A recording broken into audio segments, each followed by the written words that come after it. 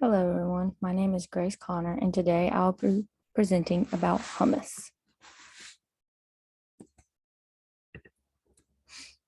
So a little bit of history is that it has not been confirmed where it originated from. Like a lot of the Middle East has claimed it as theirs, but there's some people that say that since it was mentioned in the Bible, it is said to be Jewish food.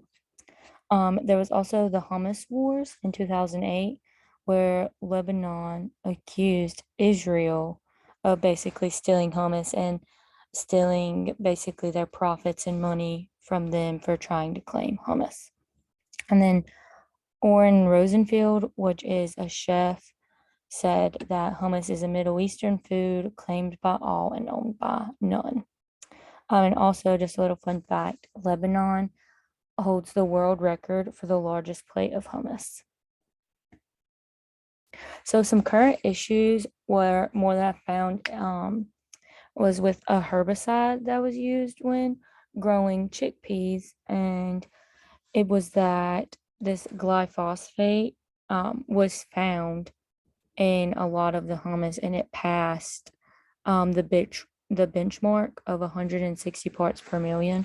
So, like most of the conventional hummus samples had way more than it was supposed to have of glyphosate, and also some organic. I think 2 out of the 6 organic hummus samples that they tried was also exceeded the benchmark. So this is just a nutrient composition of the dish. For a 100-gram serving of hummus provides 166 calories, 9.6 grams, 7.9 grams of protein, 14.3 grams of carbs, 6 grams of fiber, 39% magnesium, 26% copper, and the list just goes on and on. And then one interesting thing that I found is that I think it was around, it provided like a few grams, I want to say close to 7 grams of plant protein. And then this is nutrient composition of chickpeas. So they have chickpeas dried, and then they have chickpeas cooked.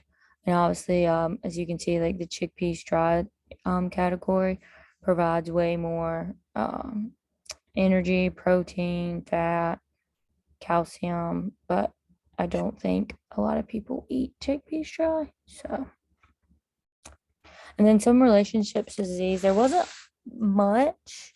All that I could really find was if you eat a lot of the chickpeas, that this very difficult to digest, and it has some toxins in it that is basically hard on your stomach. And then also, eating a lot of chickpeas or hummus could um, raise your potassium levels, which could cause potassium um, in the blood to rise, and which would be harmful to the kidneys. So quality of the main ingredient is very hard to find stuff about this also, but obviously if they're dried, you want to make sure like no broken skin or pebbles or twigs are in there. And then also for cans, obviously you don't want the can to be dented or leaking. So some agricultural information is the chickpea plant obviously needs a lot of sun, 6 to 8 hours per day. Mostly says that it's basically a full sun plant, but you also want to keep it well watered. It needs to be in loose, well drained soil. Um, they are a cool season plant, but they are frost tolerant. They grow best in daytime temperatures, so the 70 to 60 range. But they can be harvested 100 days after being planted. And also you need to make sure you space these out about 6 inches apart. And when they start growing, you need to make sure you thin out the leaves near the bottom so it's not interfering with the other plant. And one way I saw to do this was to take scissors and cut evenly with the dirt. Okay, so how the dish is prepared is fairly simple. Um, Obviously you need a can of chickpeas, extra virgin olive oil, tahini, lemon juice, garlic, and salt, pepper. But this could also vary what ingredients go in there based on like what region. Like sometimes in the Middle East, they don't use as many ingredients or they use different ones. But basically this is a recipe I found, and all you do is just add all the ingredients into a food processor. So this was some of the uh, pictures. The one that has the lid on it is the picture I took, and then the one also with the fork in it is what I tried, and I just tried it with regular crackers. But I was also included some of these ones with the pita chip in it.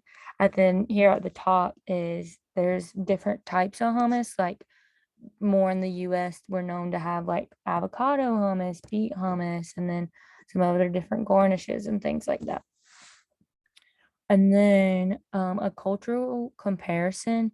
So I would say in the Middle East and Mediterranean, it was more creamy and grainy. And then it's normally served warm instead of like in the United States, it's served refrigerated. And then also they eat it almost daily in the Middle East and Mediterranean.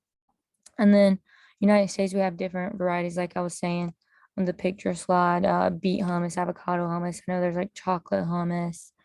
So they don't have as many varieties in the Middle East, and they don't really consider that hummus um, as our varieties over here.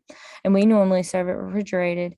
And we also use garlic, which was a thing that was not used in the Middle East. And then here at the bottom, I also have they both use tahini, which is just like another ingredient. And then these are all my references for each slide. And that is the end of my presentation. Thank you so much.